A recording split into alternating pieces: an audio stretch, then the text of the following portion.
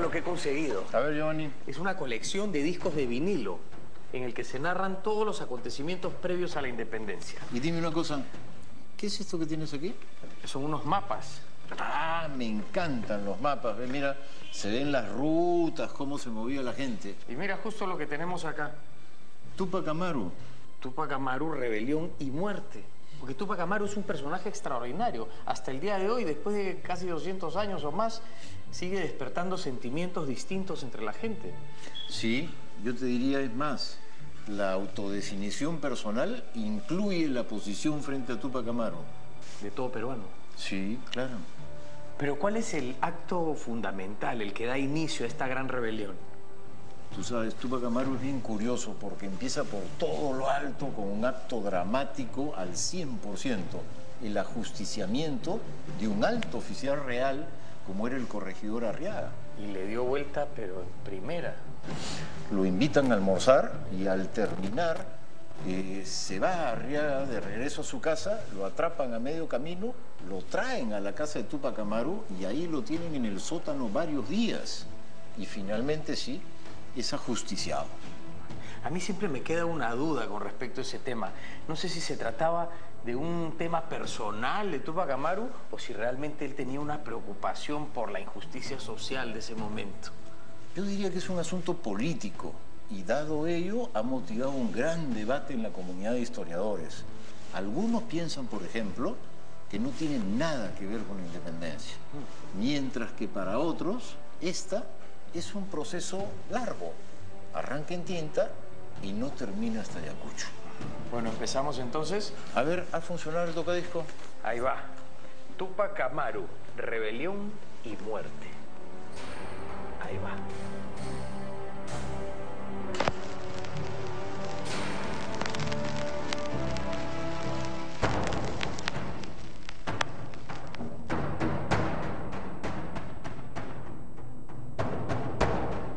Ha llegado el momento de sacudirnos el pesado yugo que por tantos años hemos sufrido de los españoles, que nos grababan diariamente con nuevas pensiones y hostilidades. ¡Basta de agravios! ¡Basta! ¡Basta de abusos! ¡Basta! ¡Basta de injusticias! ¡Basta!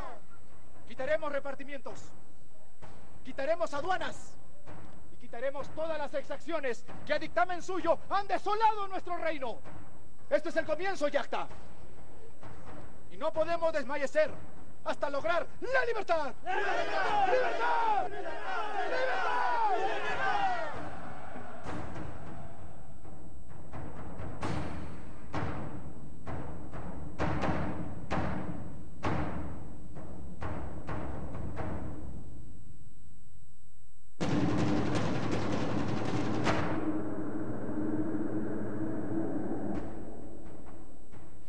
Entonces, Tony, la rebelión de Tupac Amaru empieza con un hecho muy fuerte, definitivo, casi como empezar la película desde el primer minuto con un plot point, el ajusticiamiento de Arriaga, un acontecimiento del cual ya no se puede dar marcha atrás.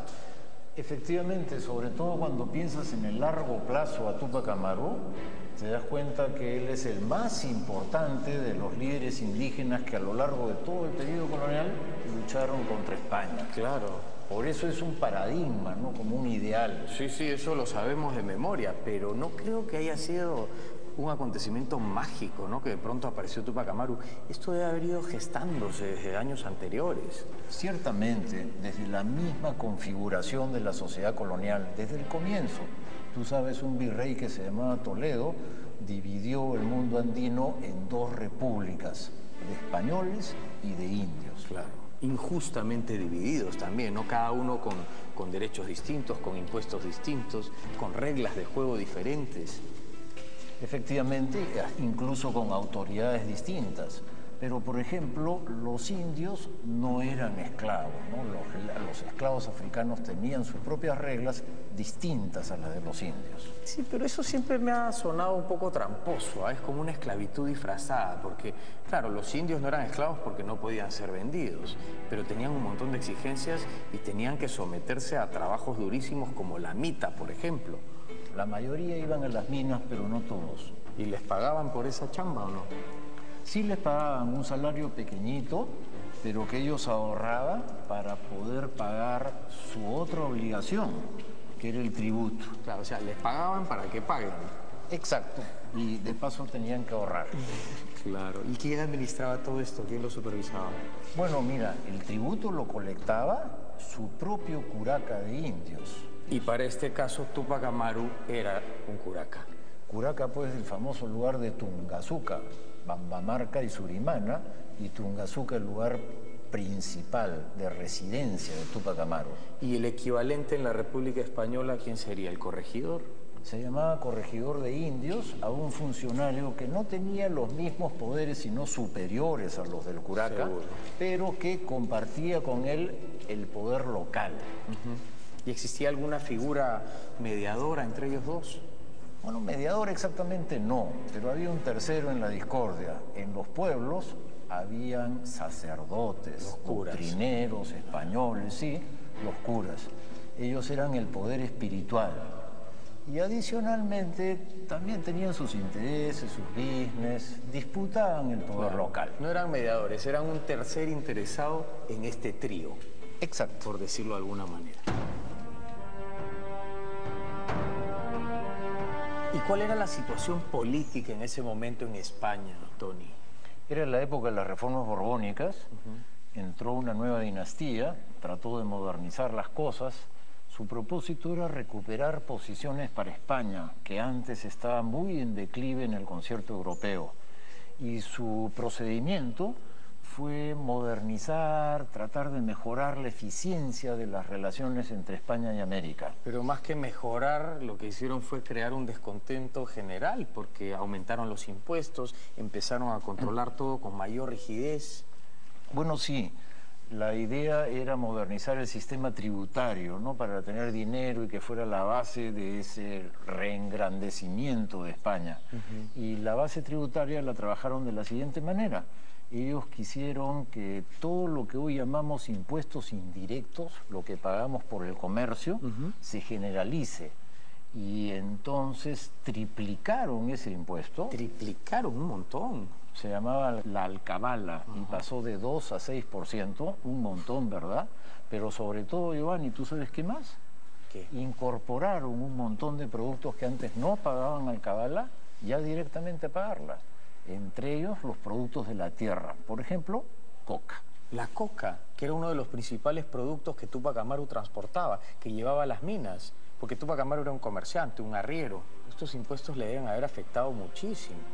Y no solo a él, a mucha gente, entre ellos estos personajes locales como Túpac Amaru, se vieron seriamente perjudicados. Todo empieza a agarrar una forma más clara ahora.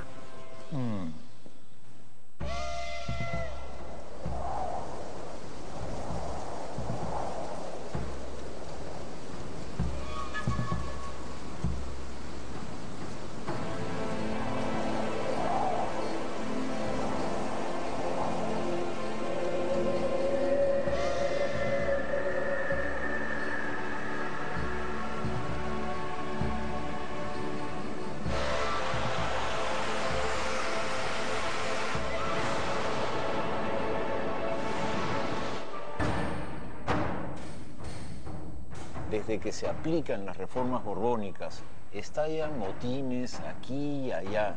Los historiadores hablan de una coyuntura rebelde. Mira, Tony, aquí hay algunos pasquines de la época que los rebeldes usaban para poner en las calles y llamar la atención, cual volante. Efectivamente, pues, en una época que no había ni radio, ni televisión, por supuesto, incluso no habían periódicos, la forma de dirigirse a la opinión pública era a través de estos pasquines que se pegaban en las iglesias, en las puertas de los lugares importantes. Mira lo que dice aquí. Hagamos la paz ya, oh prudente Setmanat. ¿Quién es ese? Él era el corregidor de Arequipa. Una llamada de atención a él, ¿no?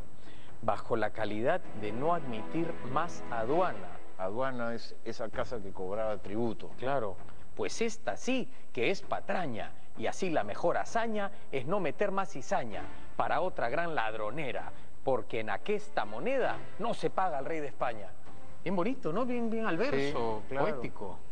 Bueno, los que hacían pasquines se preocupaban por eso, pues que fueran más o menos poéticos, que tuvieran gracia, que impactaran en la opinión pública, ¿no? Me ha hecho gracia, me ha hecho gracia. Bueno, pero entonces Túpac Amaru está súper molesto por este asunto De las aduanas, los impuestos, ¿no? pero yo creo que había algo más de tono personal que lo ¿Tú tenía crees, indignado. no? Sí, me imagino, ¿no? Vamos a ver si lo encontramos.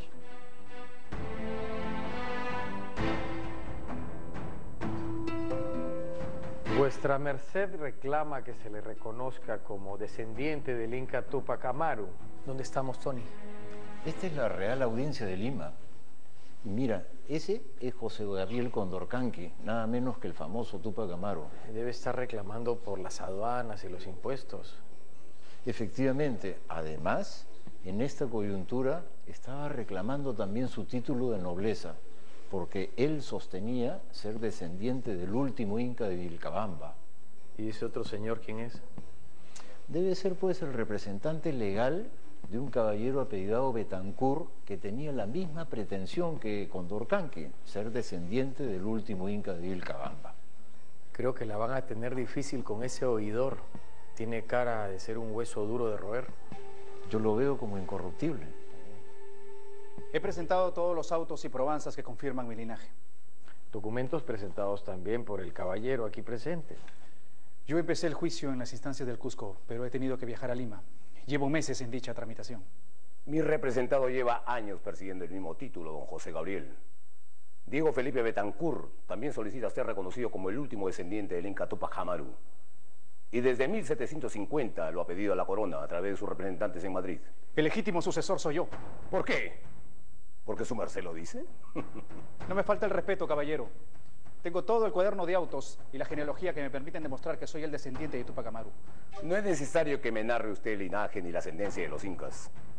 Mi patrocinado y yo conocemos perfectamente a cada uno de los descendientes de Manco Inca. Semejante insolencia que un cacique menor de 3 pueblos pequeños pretende instruirme. ¿Cómo se atreve a injuriarme de ese modo? Caballeros, calma. La audiencia de Lima examinará los legajos traídos por ambas partes. Mejor nos vamos antes que se ponga bravo. A ver. En nombre de los caciques de los pueblos de la provincia de Canas y Canchis, pido que se declare que los indios de estas provincias no estén obligados a la mitad de Potosí. ¿Y por qué no solicita también que regulen el tráfico de los carruajes y de las mulas en la ciudad de Lima? La Real Audiencia no tiene tiempo para perderlo en boberías. Los indios ya no pueden con sus cargos. Tengo todas las causas y argumentos que me permiten justificar el pedido. Se organizará una audiencia especial. Muchas gracias, Excelencia. Con la justicia de la Real Audiencia estoy seguro que los resultados serán los esperados.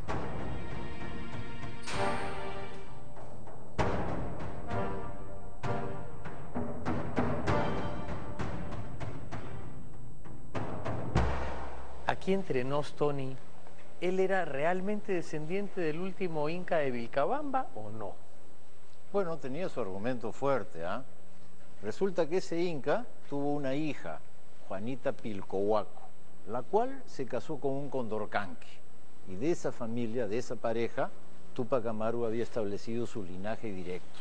Bueno, el asunto es que la Real Audiencia no aceptó su petición y esto fue creando más resentimiento en el hombre. Sí, para nada. Todo eran noticias negativas, se iba cargando y en un momento pues se fue con todo, ¿no? Se fue con todo.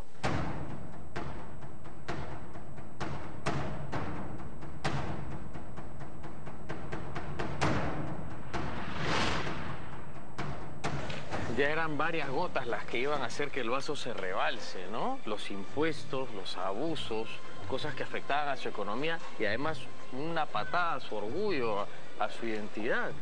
Ten en cuenta además que Túpac Amaru era un curaca, que se sentía descendiente de los incas, que tenía una autopercepción muy elevada, no solo de sí, sino sobre todo para la época de sus responsabilidades con los demás. ¿Cuánto tiempo se quedó Túpac Amaru aquí en Lima? Casi todo un año, en realidad 8 meses, fue el año 1777. Buen tiempo se quedó, ¿ah? Parece que Sí. en toda época ese tipo de trámites, juicios han demorado mucho. El caso es que le dio ocasión este tiempo para entablar relaciones con algunas otras personas. Y sé que también fue importante para él leer los comentarios reales. De alguna manera, ¿no? Algún autor famoso, John Rowe, interpretó que los comentarios reales estaban en la base de un movimiento del cual Túpac Amaru habría sido parte. Mira dónde estamos, Centro Cultural Inca Garcilaso. Aquí hay una copia de todas maneras. Debería. Vamos a buscarla. Vamos.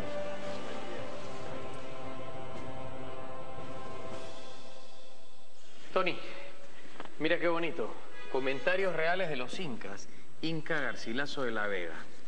Primera edición fue en 1615, ¿no? ¿Y por qué fue tan importante para Túpac Amaru este libro? Hubo una segunda edición en el siglo XVIII, se dice que era leída extensamente por los curacas y que alimentaba esa idea, pues, que en vez del desorden de los tiempos actuales, retornemos a esta época maravillosa. Mira, por ejemplo, lo que dice aquí. Contaban por hilos y nudos, se refiere a los quipus. Había gran fidelidad en los contadores. Esa es la idea, pues, de Garcilaso, que en época de los incas todo estaba bien organizado. Y claro, ¿cómo no querer volver? Ciertamente es la interpretación del doctor Rowe, ¿no? Bueno, vamos, te invito a un café. Nos llevamos esto. ¿Ya?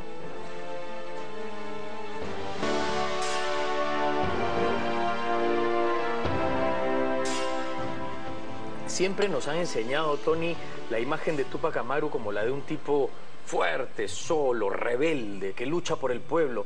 Pero nos olvidamos que él tenía una imagen importantísima al lado. Era una pareja rebelde, en verdad. Era Micaela Bastida, su esposa, y él.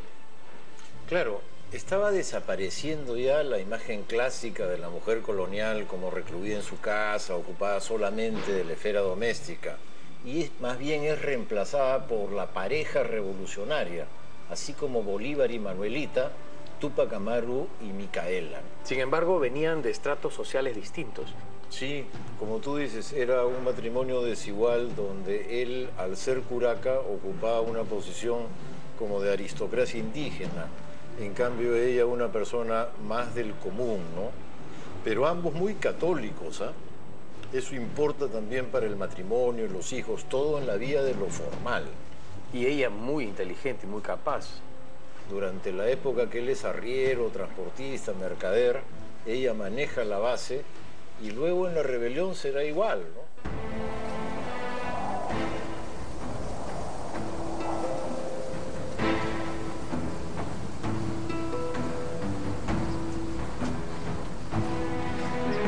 Todas las mujeres te admiran.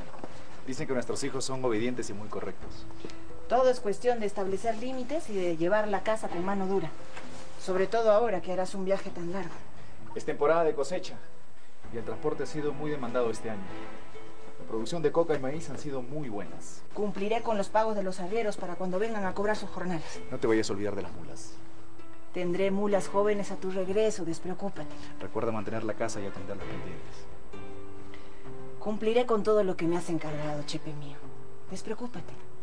Confío en tu buen juicio para llevar estos asuntos. Ahora acompáñame a despedirme de los niños y a rezar con ellos antes de partir. Arriero quiere decir que tenía una, digamos, una flota de mulas y él transportaba productos a distintos lugares del país. Exacto, un transportista. Y se sabe que tenía una cantidad importante de mulas, aparte de hatos de llamas, pero en lo que a mulas se refiere, 350. O sea, tendría actualmente una gran flota de camiones. No sé si gran, pero al menos mediana. Por lo menos 10 o 15. Exacto. Eso es un montón. Bueno, Vamos a seguir con la ruta. Tú pagas, ¿no? ¿cómo que yo pago? ¿Todavía has invitado? Yo te invitaba a tomar un café, pero tú lo pagas. Bueno, como siempre. Con cosas distintas, ¿no? ¡Mozo! El mundo estaba movido por esas épocas, ¿no? Teníamos la Revolución Norteamericana, después la Revolución Francesa, y en el medio estaba Túpac Amaru. Algo estaba pasando en el mundo en ese momento. Y Túpac Amaru está al comienzo de ese ciclo. ¿Y tú crees que había alguna relación entre estos hechos? Bueno, directa no, ¿no? Pero que era el clima de una época de guerras y revoluciones a nivel del planeta entero, ¿no? Ya, pero volviendo a nuestro tema, Túpac Amaru, un hombre solo, ¿cómo empieza? ¿Cuál es su primer paso? ¿Cómo hace para reclutar gente? Se dirige un poco a los pueblos vecinos, habla con los curacas, se ponen de acuerdo en que tienen enemigos comunes, los corregidores eran muy odiados, todo el discurso está contra los corregidores, y va juntando. Siguiendo su ruta que él conocía muy bien por su trabajo, ¿no? Por supuesto, empezando por los pueblos vecinos, ¿no? Aquí está el mapa, mira. A ver. Esta es la ruta de Tupac Amaru. Y como puedes ver, son los pueblos vecinos. Se dirige cada uno de ellos en plan de ir juntando su mancha. Dicen que llegó a reclutar casi 40.000 hombres en su ejército. Si no lo tomas como ejército, ¿no? Si entiendes que tiene una multitud armada precariamente, con unas pocas armas de fuego, pero con muchos palos, ondas, piedras, y que va como multitud, ¿no? De todas maneras, te da una idea del descontento que había en esa época. Era grande. Era grande, sí. Eso es lo que permitía la formación de masas revolucionarias.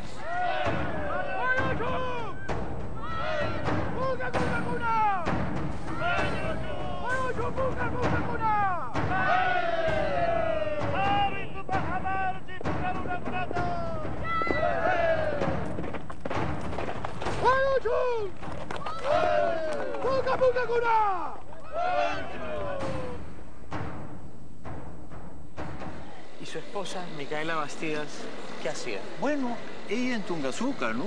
Era la socia encargada del aprovisionamiento. Era la gran experta en logística. La gran organizadora. Exacto. Una buena socia. Rápido, Julio. Juan, anda arriba y hay un costalillo de pólvora, me lo bajas junto con media docena de rifles. Rápido. Me van a entregar una docena el próximo domingo. Don Pablo, ¿están listos los pasaportes y los edictos? Así es, no están listos. Ya, muy bien. Quiero escribirle una carta a mi marido, por favor. Hijo Chepi, recibí tu carta y te doy respuesta remitiendo 600 pesos fuera de los 56 que Juan, tu hermano, llevó. También te remito un odre de aguardiente y las adjuntas que acabo de recibir para tu mejor gobierno. Que Dios te guarde muchos años. Tu Micaco. Se habla mucho de la gran rebelión indígena de Tupac Amaru, pero la verdad es que su ejército rebelde tenía personas de todas partes, de todas las sangres. Bueno, efectivamente, pues, sobre todo en el núcleo dirigente. Mayoritariamente eran mestizos, había algún criollo, hasta algún español. Mientras que la tropa sí era casi 100% indígena, ¿no? Debe haber sido bien difícil ponerse de acuerdo con tantas personas que venían de distintos lugares y con condiciones diferentes. De hecho, hubo tensiones. Por ejemplo, las tropas, los indígenas, iban destruyendo propiedades sin distinguir si era de criollos o de chapetones, mientras que en el núcleo dirigente Tupac Amaru, por ejemplo, siempre está preocupado de distinguir que el enemigo son los españoles, pero los criollos son aliados. Ajá. Oye, Tony, me dijeron 13-5. Aquí hay una cosa muy interesante. 13-5 debe ser... Esta. Este es. Mira, aquí está el bando que emitió Tupac Amaru pidiendo la liberación de los esclavos. 16 de noviembre de 1780.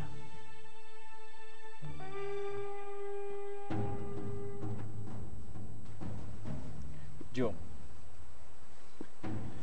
don José Gabriel Tupac Amaru, indio de la sangre real de los incas y tronco principal, bando del 16 de noviembre de 1780.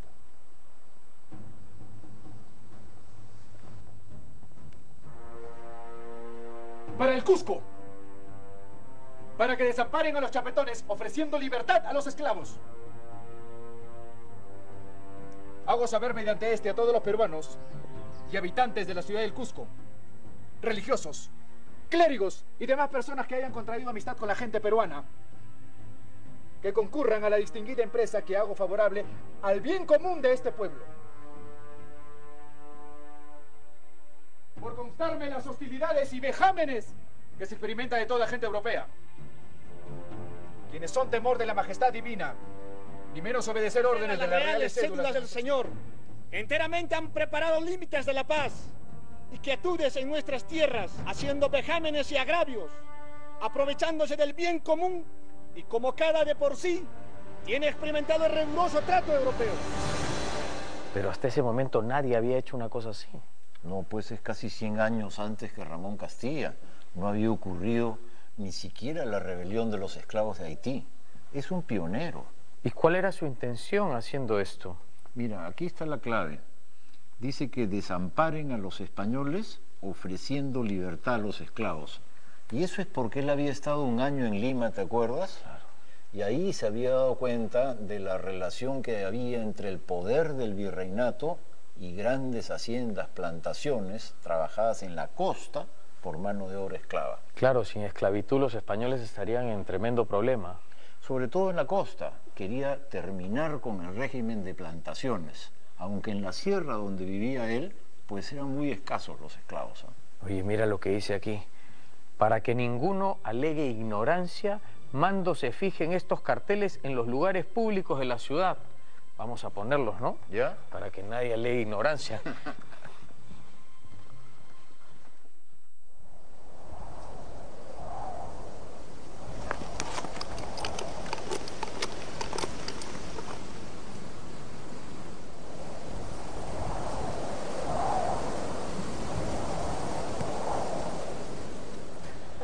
Lo que me llama la atención es que nadie se haya enterado del ajusticiamiento de Arriaga. ¿Es que nadie hizo nada? ¿No hubo represalias? No, sí. Al comienzo Túpac Amaru no quiso que la noticia llegue al Cusco, pero se le escapó un corregidor, el de Quispicanchis, un señor que me parece se apellidaba Peralta. Y cuando este llega al Cusco, provoca una conmoción, corre como reguero de pólvora y finalmente se convoca una junta de guerra. ¿Esta de aquí? Efectivamente. ¿Los ves? Sí. Aquel es Moscoso, el obispo del Cusco. Él era criollo. Excelencias, esta sublevación y rebeldía está llegando a un punto de no retorno. Ya establecí y coordiné una junta de guerra para combatir a los rebeldes, pero nada podremos lograr si no tomamos acciones inmediatas. No vamos a llegar a buen puerto si nos comportamos como los rebeldes. Combatir un fuego con más fuego solo nos traerá destrucción y bajas para ambos bandos. ¿Y qué supone, señor Landa? ¿Que estos malditos sediciosos se van a retirar porque se lo pedimos por las buenas? Esta no es solo una rebelión simple, donde con la muerte del caudillo se acaba, no. Esta es una guerra. Señor obispo, vuestra merced es conocido por todos como un hombre severo, pero muy justo. ¿No podríamos dialogar con los rebeldes? No se puede dialogar con una peste, caballeros. Ese caudillo, José Gabriel Condorcanqui, ha levantado a todos los indios y criollos de Tinta y de los pueblos aledaños. Solo veo 2 soluciones a este dilema. Acabamos con ellos. Esperamos que vengan a quemar nuestras iglesias y a levantar sus huacas paganas. Que pase don Fernando Cabrera y presente su informe. 2 de mis hombres perdieron la vida. Mi guardia personal resultó inútil para este tipo de avatares. ¿Eran muchos? Eran miles de indios rebeldes. Pero sus armas eran rústicas, palos, piedras, hondas. Pero eso sí, eran muchos. Una enorme cantidad de indios sublevados. Cálmese, señor corregidor. Usted debe actuar con la cabeza fría y los pies en el suelo. Debemos pedir inmediatamente ayuda a la ciudad de Lima. Daré una carta a nombre de la Junta de Guerra. Redáctela ahora mismo. Yo voy a convocar a una colecta pública. Visitaré casa por casa cada una de las familias notables de la ciudad del Cusco para que apoyen la pacificación. Decretaré la ley marcial y reuniré el ejército de la ciudad inmediatamente. Lo voy a acompañar, señor corregidor. Usted ha sido sumamente permisivo con los indios rebeldes. Por eso estamos ahora pagando el precio de su descuido. Hemos conformado una junta de guerra. Eso estamos. Descansen tranquilos. He organizado milicias cléricas que yo mismo entrené para repeler la subversión. ¿Su excelencia va a organizar un ejército de sacerdotes? ¿Los va a educar para portar armas? ¿Creen que tendrán la sangre suficientemente fría como para matar hombres? La misma sangre fría que tuvieron los captores y asesinos de nuestro Señor Jesucristo. No se confíen, señores. El hecho que sea un hombre de fe no quiere decir que piense solamente en ayunar y en celebrar la liturgia de todos los días. El Señor sabrá recompensarlo, señor obispo. Por favor, veamos las acciones que tomaremos contra esta sublevación. Pronto. Papel y tinta. Y aquí es donde deciden lo de Sangarará. Efectivamente, ahí toman la decisión de enviar una primera tropa a reprimir a Túpac Amaru, que se va a enfrentar en Sangarará. Nosotros mejor nos vamos por acá.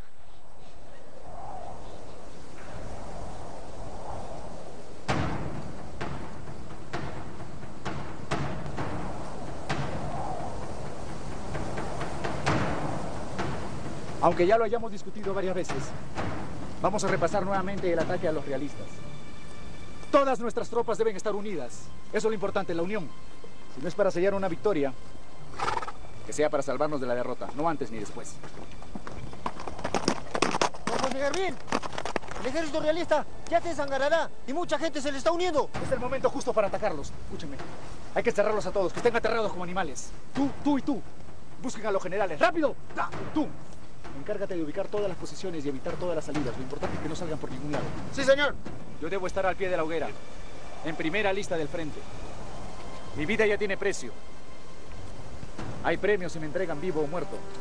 Pero no importa. ¿Sabe por qué? Porque la fatalidad del hombre es seguir con los designios de Dios. Sin duda la batalla de Sangarará fue una de las más importantes librada por Túpac Amaru. La gran victoria de los rebeldes, pues. Tú sabes cómo fue. Esa junta de guerra del Cusco que vimos envía una tropa que está compuesta por unos cuantos milicianos españoles, acompañados por 2 o 3 curacas con sus indígenas.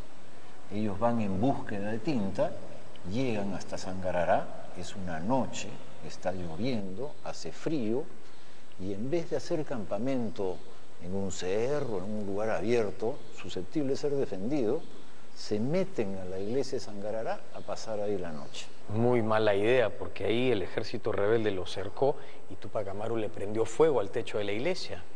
Hubo una batalla, empezó al amanecer y en cierto momento sí, como estás diciendo, Túpac Amaru incendia la iglesia, pues. Y todos murieron calcinados ahí adentro, ¿te imaginas? Sí, piensa, una estructura como esta, con techo de paja, ardiendo.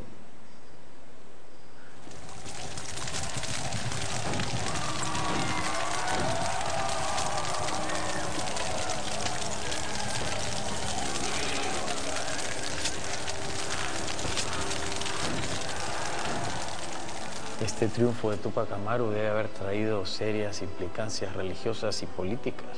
Claro, ahí vendrá la excomunión, es un punto de quiebre en la rebelión.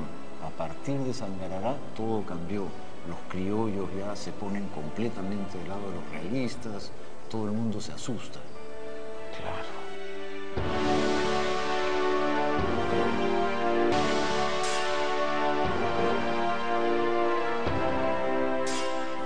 Con la victoria de Sangarará, las expectativas de los rebeldes deben haber sido altísimas. Efectivamente, estaban comenzando la confrontación militar por una victoria, de tal manera que cuando regresan al campamento general en Tungazuca, se dedican a planear cómo hacer para obtener la victoria. Y aquí tengo cuál fue la hoja de ruta, mira. Acción ofensiva después de Sangarará. Mira, Túpac Amaru sale de Tungazuca y se dirige al sur, va hacia el altiplano, llegará tan lejos como Lampa, donde recién da la vuelta y regresa nuevamente a Tungazuca. ¿Y quién se queda en Tungazuca? Micaela. Y esta ruta le toma bastante, casi un mes. Y en todo ese tiempo yo creo que estaba descuidando el objetivo principal, que debía ser Cusco. ¡Jaco, compañero Cuna! ¡Jaco, compañero Cuna! ¡Jaco por el eso! ¡Jaco por el eso!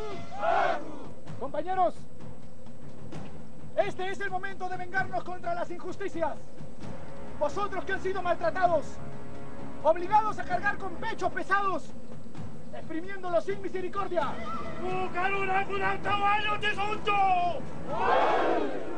Vamos a vengarnos derramando la sangre de esos traidores corregidores, esos ladrones. Compañeros, vamos a cumplir con los designios de Dios, nuestro Señor. ¡Jaco Morenisu! ¡Jaco Morenisu!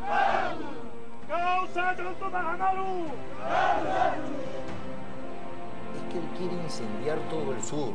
Ten en cuenta que esta era su ruta de arrieraje, él tenía contactos y por otro lado los aymaras habían levantado bajo liderazgo de Tomás Katari.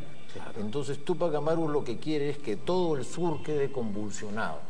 Sí, pero de hecho Micaela no estaba de acuerdo con él porque le escribió varias cartas de reproche. Ella pensaba como tú, que estaban perdiendo tiempo y no se dirigían sobre el objetivo verdadero. Tú me has de acabar de pesadumbres, pues andas paseándote muy despacio por los pueblos. Y más en Yauri, tardándote 2 días con gran descuido. Pues los soldados tienen razón de aburrirse e irse cada uno a sus pueblos. Yo ya no tengo paciencia para aguantar todo esto. Y soy capaz de entregarme a los enemigos para que me quiten la vida.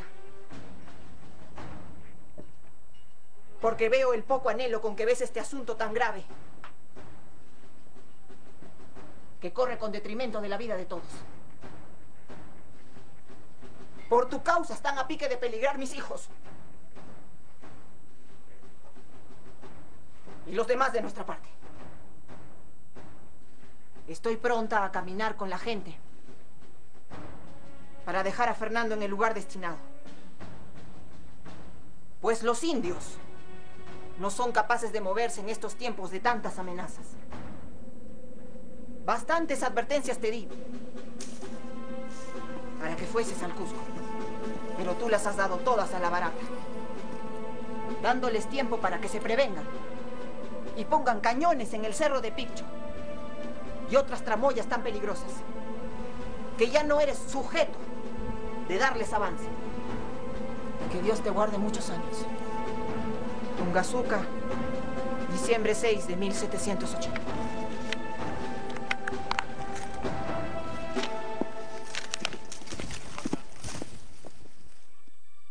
Micaela era una mujer extraordinaria, era una estratega.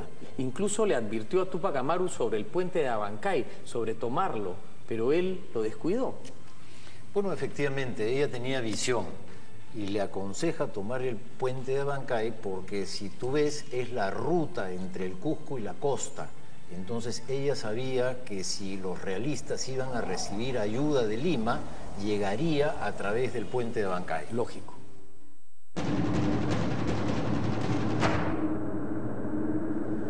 Tony, mira.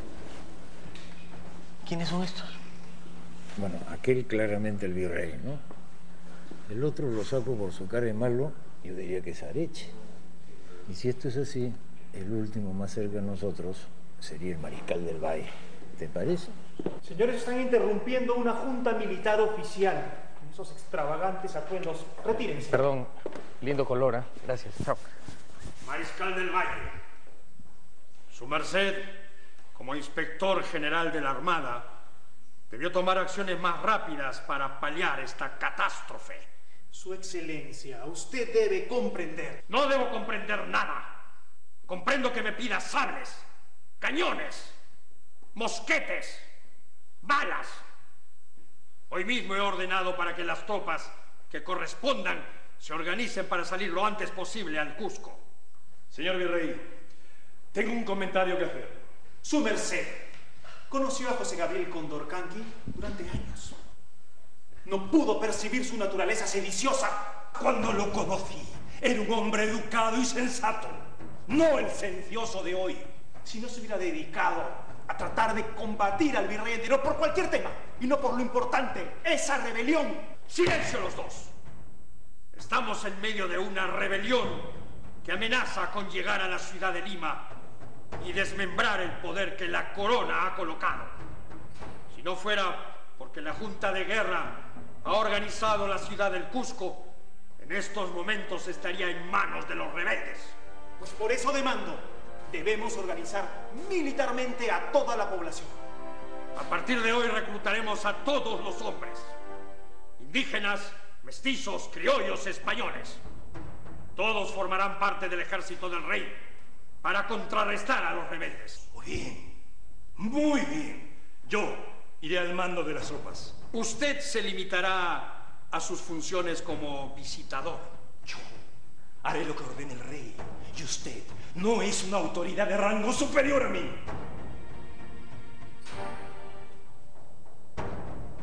Su merced tuvo una relación muy tensa con el anterior virrey.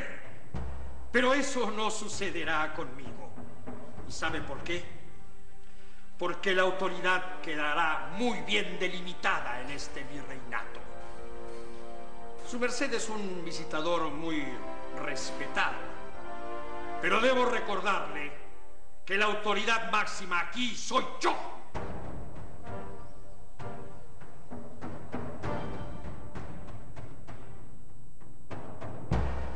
Y tú sabes, aunque el virrey parece que es el que manda, en realidad yo creo que no. Areche era el más fuerte. Y la cosa concreta es que estuvieron disputando hasta el final la cosa. Pero justo después de ese momento es que salen las tropas realistas hacia el Cusco.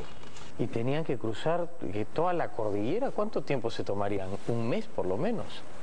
Bueno, sí, algunas semanas. Era un viaje por mar hasta Pisco y de ahí empezaban a subir. Pasaban por Abancay y finalmente llegaron al Cusco el 1 de enero de 1781.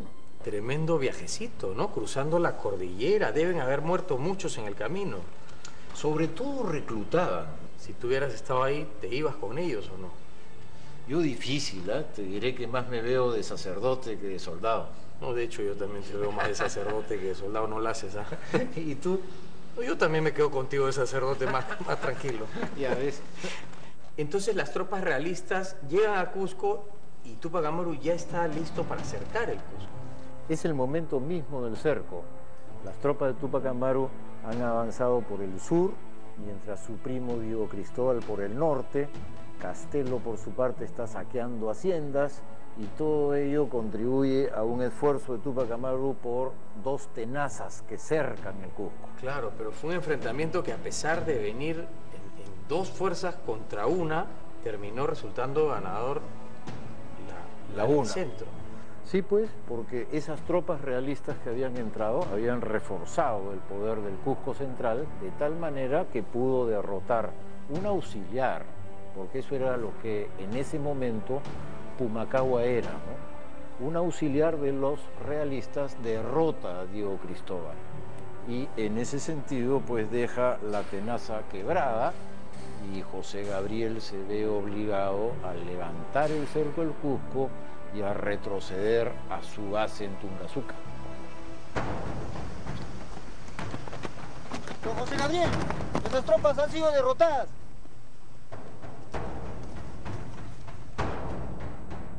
Y después de liberar varias batallas durante 2 o 3 meses, es finalmente capturado. Sí, hay una batalla en la que está Túpac Amaru en medio de sus tropas y cuando finalmente le caen encima con todo, hay una mortandad grande, él se ve obligado a huir siguiendo el curso del río Vilcanot. Él llega huyendo hasta el pueblo de Combapata y ahí lo traicionan. Si no, no lo hubieran atrapado probablemente. Hay un grupo de gente que habían sido partidarios de él, un tal Santa Cruz entre ellos, que lo retienen de tal manera que permiten que los mulatos, estos mulatos que habían salido de Lima, sean finalmente quienes lo atrapen. Lo entregan a Areche y es Areche el que va a entrar con todos los prisioneros, Túpac Amaru, Micaela entre ellos, va a entrar al Cusco, ¿no? Se sabe que Túpac Amaru incluso ofrece dinero porque lo liberen y ni así le dieron el perdón. Efectivamente, eso es cuando trata de sobornar a los mulatos para escapar, pero no lo logra, ¿no? Era demasiado ya. Y viene ya la escena final, el juicio, la muerte, el suplicio de los Túpac Amaru, ¿no?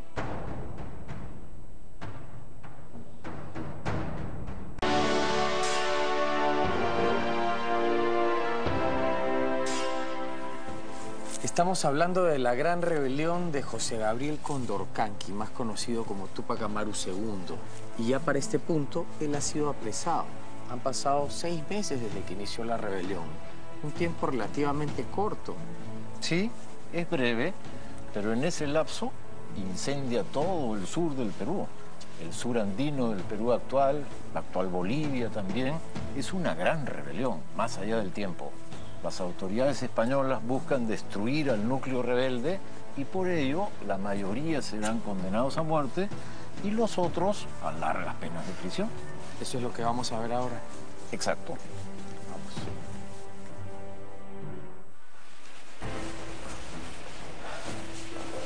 Mira, Tony, es el juicio a Túpac Amaru. ¿Dónde hemos llegado, no? José Gabriel Túpac Amaru está preso por haberse levantado contra la corona y el rey de España. Yo jamás he ido en contra del rey ni su corona. Su merced organizó la emboscada, apresamiento y ejecución del corregidor Antonio de Arriaga. Yo únicamente vi a los míos acongojados, maltratados, perseguidos. Me creí en la obligación de defenderlos para sacarlos de la opresión en la que estaban. Mira, aunque aún me están discutiendo, te aseguro que la sentencia ya está clara. Esto es una formalidad, ¿no? Los españoles les gustaba guardar las formas, pero entre Areche y Matalinares, te aseguro que ya lo condenaron. La sentencia ya está cantada. Yo diría, ¿eh? Veamos. Su merced levantó indios, criollos y mestizos para su revuelta infame. ¿Quiénes conocían de sus perversas y depravadas intenciones? ¿A quiénes se lo comunicó? No sé. ¿Dónde se ocultan? No sé. ¿Cuántos son? No sé absolutamente nada. Si quiere obtener piedad de esta audiencia, admita su levantamiento en contra del rey. No. ¡Admítelo! ¡No! ¡Admite tu culpa, casi que revoltoso! ¡No! ¡Admite todas las muertes que pesan sobre ti! No puedo. Porque de lo único que soy culpable es de haber actuado con justicia. Si no responde al interrogatorio, tendremos que aplicar tormento.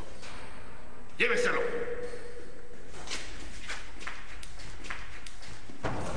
Mira cómo lo traen, ¿eh?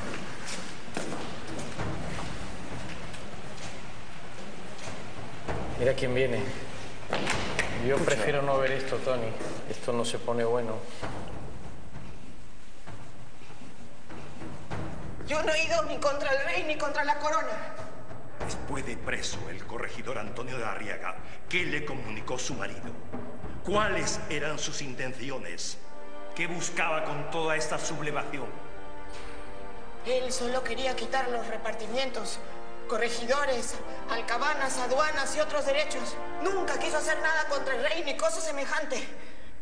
Solo quería mejores derechos para los indios. Su merced no sabía nada de los planes de su marido ni de la revuelta. ¿Sabe qué es esto? Cartas, documentos firmados por su merced, donde consta que sabía del manejo administrativo y cotidiano de las acciones perpetradas por su marido. ¿Nos va a decir toda la verdad?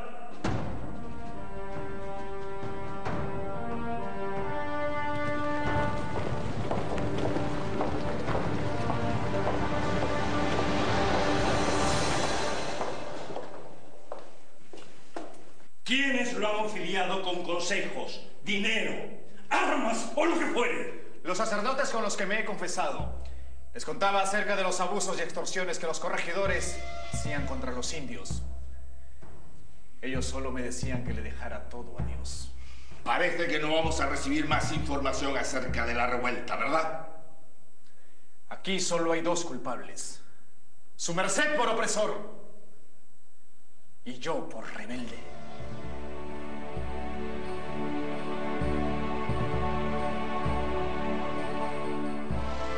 Terrible la situación de Túpac Amaru y también la de todo su ejército, que ya había sido frenado, desarticulado y ahora se iban a enfrentar a un juicio salvaje. Sí, pues, era una situación muy mala de todo este grupo. Los españoles querían terminar con el núcleo rebelde, eliminarlo de raíz de la faz de la tierra. Y Túpac Amaru y Micaela iban a ser ajusticiados. Pero parece que especialmente en este caso querían darles un escarmiento fuerte para que no se volviera a repetir una cosa así. De hecho, miren, en el transcurso del mismo día fueron ajusticiados todos en una ceremonia espectacular. Al comienzo, el hijo y un tío, el hijo mayor y un tío, luego a continuación la cacica de Acos, luego Micaela y al final José Gabriel. Y todos presenciando y observando cada muerte, como para que la lección les quede bien clara. Sí, todos presenciando la muerte, y entre los que miraron destaca el hijo menor de José Gabriel y Micaela, que se llamaba Fernando, un chiquito que lo tienen de la mano mirando cómo desaparece toda su familia. Y él fue el que después fue deportado a España y vivió hasta viejito. Ya me imagino medio traumado después de todo. No fue el único de los Túpac Amaru que fue enviado a España. Hay un tío también, que me parece que se llama Juan, que sobrevive hasta el final. Y en la época ya de la Revolución de la Independencia Americana, regresa al Nuevo Mundo. Es a la Argentina, en la época de la Junta de Buenos Aires, y Manuel Belgrano es el que lo recibe. Y lo recibe con honores. Efectivamente. Irónicamente. Es el único de los Túpac Amaru que logra volver a América. Increíble. Un trato bastante salvaje el que se le dio a los rebeldes, ¿no, Tony? Sí, eran costumbres de época. Incluso algunos los hicieron caminar desde el Cusco hasta Lima, hasta acá, al Real Felipe, para después cumplir su condena. A otros los mandan a otros presidios que tenían los españoles en el resto de América o de España. La cosa es que nada volvió a ser igual después de la rebelión. Nada. Las bases mismas sobre las cuales se había conformado siglos atrás el Imperio Español en América se vieron completamente trastocadas. Después de Túpac Amaru, la colonia española en los Andes carecía ya de piso. ¿Cuántas cosas hemos visto, no, Tony? Todo esto empezó con estas reformas borbónicas que fueron del descontento del pueblo, sobre todo de Túpac Amaru, pero además su desilusión al ver que no aceptaban el linaje que él reclamaba. Claro, su descontento con la justicia colonial es absoluto, porque él a la vez va a reclamar por los indios de su jurisdicción, para que no hagan mita, etc. Todo esto no camina y a continuación entonces planea la rebelión. Después de la rebelión, Areche decidió terminar con toda la organización indígena como se conocía hasta ese momento. Efectivamente, ¿recuerdas lo que conversábamos al comienzo? La República de Indios, la República de Españoles, todo eso empieza a cambiar drásticamente. Pues los indios tenían algunos derechos, entre otros, a nombrar a sus propios curacas. Ellos eran unos linajes hereditarios. Todo eso comienza a desaparecer. Pero así como hubo un castigo, también hubo un premio para los que estaban a favor de la corona.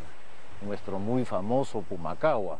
Él fue nombrado brigadier general y además llegó al máximo cargo de aquellos días, presidente de la Real Audiencia del Cusco. Es increíble que ese señor con todo ese pasado después se haya convertido en un rebelde. 40 años después va a morir como rebelde en la rebelión de los hermanos Angulo, 1814-1815. Personajes de los que tenemos que hablar de todas maneras. Claro, porque son una serie de hitos hasta que efectivamente se consigue la independencia del Perú. Pero definitivamente lo que somos hasta el día de hoy es por la gesta de Túpac Amaru. Tú lo has dicho. Entonces vamos a investigar un poco más. Te invito a almorzar. Vamos. Te prometo que yo pago.